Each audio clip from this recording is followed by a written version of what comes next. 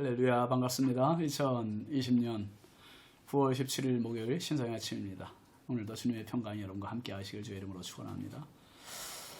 오늘 함께 할 찬송은 492장입니다. 잠시 세상에 내가 살면서 항상 찬송 부르다가 날이 저물어 오라 하시면 영광 중에 나아가리. 열린 천국문 내가 들어가 세상 짐을 내려놓고 빛난 면류관 받아 쓰고서 주와 함께 길이 살리. 2절 눈물 골짜기 더듬으면서 나의 갈 길 다 간 후에 주의 품 안에 내가 안기어 영원토록 살리로다. 열린 천국문 내가 들어가 세상 짐을 내려놓고 빛난 면류관 받아 쓰고서 주와 함께 길이 살리. 3절 나의 가는 길 멀고 험하며 산은 높고 골은 깊어 고난 나의 몸 쉴 곳 없어도 복된 날이 밝아오리. 열린 천국문 내가 들어가 세상 짐을 내려놓고 빛난 면류관 받아 쓰고서 주와 함께 길이 살리. 4절 한숨 가시고 죽음 없는 날 사모하며 기다리니 내가 그리던 주를 배울 때 나의 기쁨 넘치리라. 열린 천국문 내가 들어가 세상 짐을 내려놓고 빛난 면류관 받아 쓰고서 주와 함께 길이 살리. 아멘. 오늘 말씀은 사무엘상의 제 마지막 장입니다. 31장 1절부터 6절까지 말씀입니다. 블레셋 사람들이 이스라엘을 치매 이스라엘 사람들이 블레셋 사람들 앞에서 도망하여 길보아 산에서 엎드려져 죽으니라. 블레셋 사람들이 사울과 그의 아들들을 추격하여 사울의 아들 요나단과 아비나답과 말기수아를 죽이니라. 사울이 패전함에 활 쏘는 자가 따라잡으니 사울이 그 활 쏘는 자에게 중상을 입은지라. 그가 무기를 든 자에게 이르되 내 칼을 빼어 그것으로 나를 찌르라.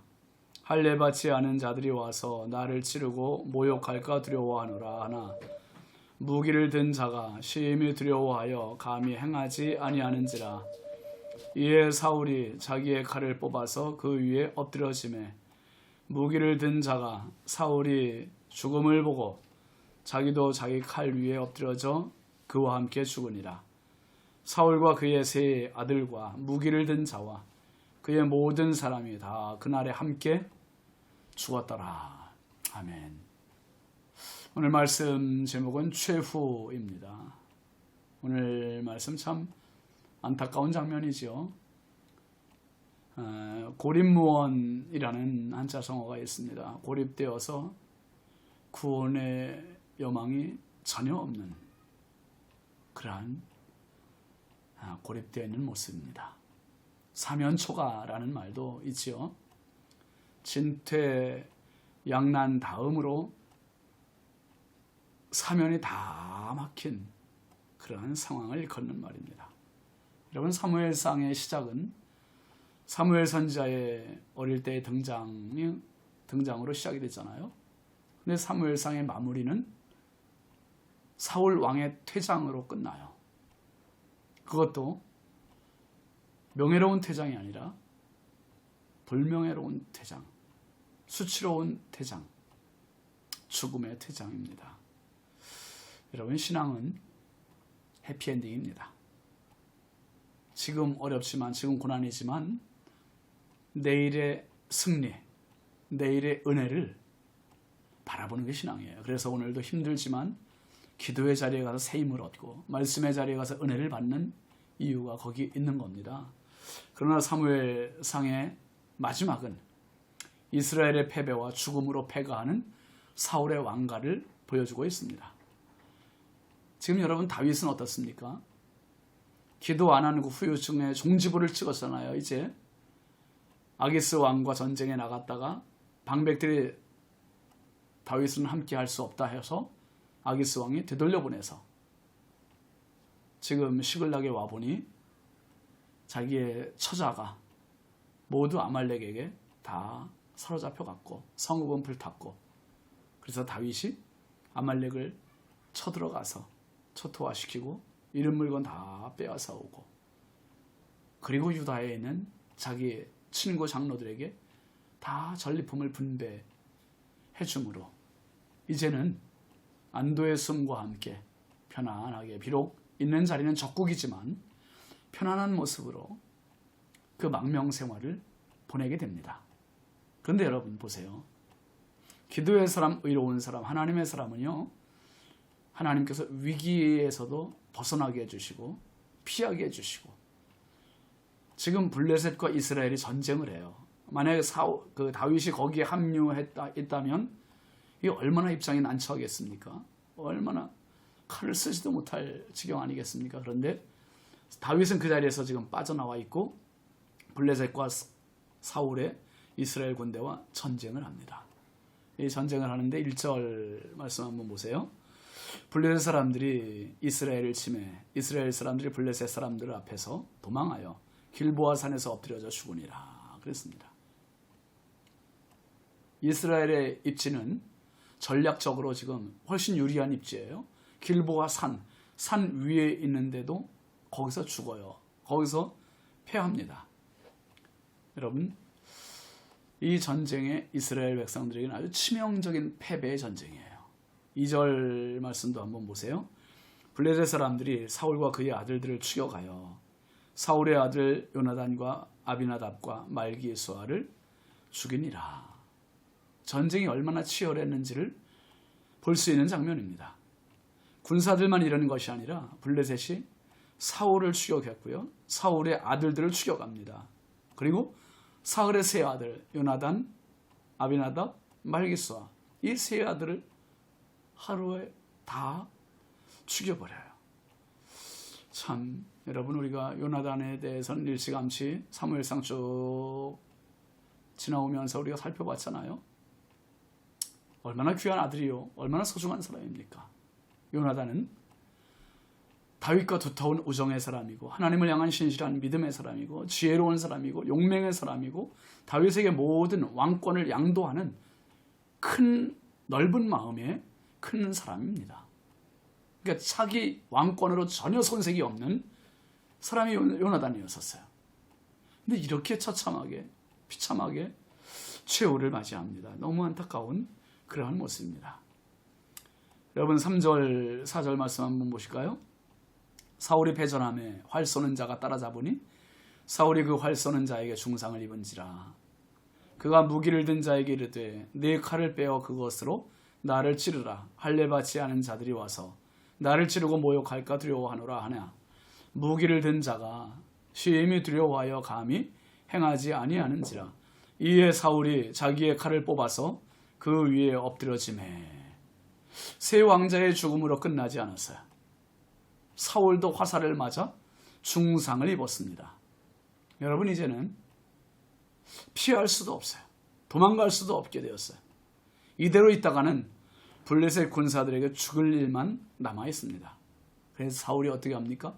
무기를 든 측근에게 명령을 하는 거예요. 뭔 명령합니까? 네 칼을 빼어서 나를 찌르라.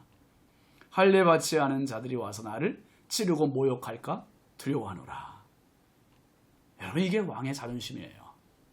왕이 어떻게 죽었느냐는 역사에 남는 거고, 어떻게 누구의 손에 죽었느냐가 명예로운 죽음이 될 수도 있고 수치스러운 죽음이 될 수 있기 때문에 사울은 이 측근에게 칼을 뽑아서 나를 죽이라고 그렇게 얘기합니다.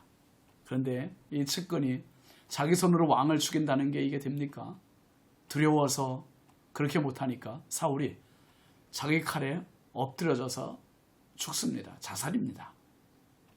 그리고 6절 말씀에 보면 사울과 그의 세 아들과 무기를 든 자와 그의 모든 사람이 다 그날에 함께 죽었더라 했습니다. 사울, 세 아들, 무기 든 자, 그 부하들 모두의 최후입니다. 함께 그날 다 죽었습니다. 여러분, 얼마나 기가 막힌 노릇입니까? 망해도 어떻게 이렇게 하루아침에 다 망합니까? 이 사람들이 누구지요? 이스라엘의 초대 왕입니다. 또 왕자들입니다. 왕정에 함께한 참모들입니다. 백성들의 간절한 바람으로 우리도 다른 나라처럼 왕을 주십시오. 그렇게 요구해서 세워진 왕이에요. 첫 번째 왕이 이렇게 무대 뒤로 씁쓸하게 수치스럽게 사라질 줄은 몰랐던 거죠. 여러분, 사울이 원래 이런 사람은 아니었잖아요. 우리가 먼저 살펴봤지만은 사울은 겸손한 사람이요, 배려하는 사람이요, 속 깊은 사람이요, 믿음의 사람이요, 지혜로운 사람이요, 여러 가지 좋은 점들을 갖춘 사람이었습니다. 근데 왕이 되고 나서 변질된 건지 아니면 본색이 그런 사람이었는지 왕좌에 오르고 나서부터 너무나 권력을 사유화하고 자기 욕심대로, 자기 교만대로, 자기 마음대로 권력을 휘두른 겁니다. 그리고 다윗을 질투하고 죽이기 위해서 혈안되어서 온 일생을 다 보낸 사람. 그래서 사울의 일생을 가리켜서 용두삼이라고 표현할 수밖에 없어요. 시작은 거창했는데 화려했는데 마지막이 정말 볼품없이 끝난 사람입니다. 히브리서 9장 26절 말씀에 27절 말씀에 보면 한 번 죽는 것은 정하신 이치요 그 후에는 심판이 있겠다고 분명히 말했습니다. 여러분, 죽음을 생각하는 사람은요, 하나님과 사람 앞에 늘 겸손하고요, 진지해요, 신실해요, 지혜로워요. 함부로 하지 않습니다. 지금 여러분, 사울이 누리고 있던 부귀영화, 사울이 가지고 있던 권력 다 어디 갔습니까? 쓰레기통에 버려진 종이 조각과 다를 바 없이 돼버리지 않았습니까? 죽음이 심판이 된 사람이 사울이에요. 어떤 사람은 죽음이 심판이 되는 사람이 있는가 하면 희생의 죽음을 하는 사람, 그 죽음이 값지게 가치 있게 올라가는 그런 사람도 있습니다. 살신성인의 죽음, 바로 우리 주 예수 그리스도의 십자가의 죽으심은 그 죽음이 사람 눈으로 볼 땐 수치의 죽음이요 참혹한 죽음이지만 그 죽음을 통해서 제가 살았고 여러분이 살았고 하나님 자녀가 되었고 영원한 하나님 나라 백성이 되었으니 그 최후는 승리의 최후임을 기억하시기 바랍니다. 승리의 최후예요. 여러분, 한자로 죽을 사자를 한번 생각해 보실까요? 한일자, 그리고 저녁석자, 비수비자, 이 세 글자가 모인 게 죽을 사자입니다. 한일, 어느 날, 저녁석, 저녁, 어느 날, 저녁, 비수비자, 칼비자예요. 어느 날 저녁 날아든 칼, 그게 죽음이에요. 지금 사울이 길보아 전투에서 아들 셋과 부하들과 한날 이렇게 비참한 최후를 맞이할 줄은 정말 꿈에도 생각 못한 거지요. 여러분, 하나님 앞에 잘 삽시다. 그리고 죽음을 준비합시다. 어느 날 저녁 날아든 칼, 아침에 날아들었다면, 한낮에 날아들었다면 그 칼을 피할 여유라도 있을 텐데 저녁에 날아드니 그 칼을 피할 방법이 없습니다. 이 세상 그 누구도 하나님의 부르심 앞에 피할 사람 없습니다. 최후, 우리에게 닥치는 그 최후를 미리미리 기도로, 믿음으로, 정말 겸손함으로 잘 준비해서 하나님 앞에 서는 날 칭찬과 상급 받을 수 있는 저와 여러분의 최후가 될 수 있길 주의 이름으로 축원합니다. 기도합시다. 거룩하신 아버지 하나님,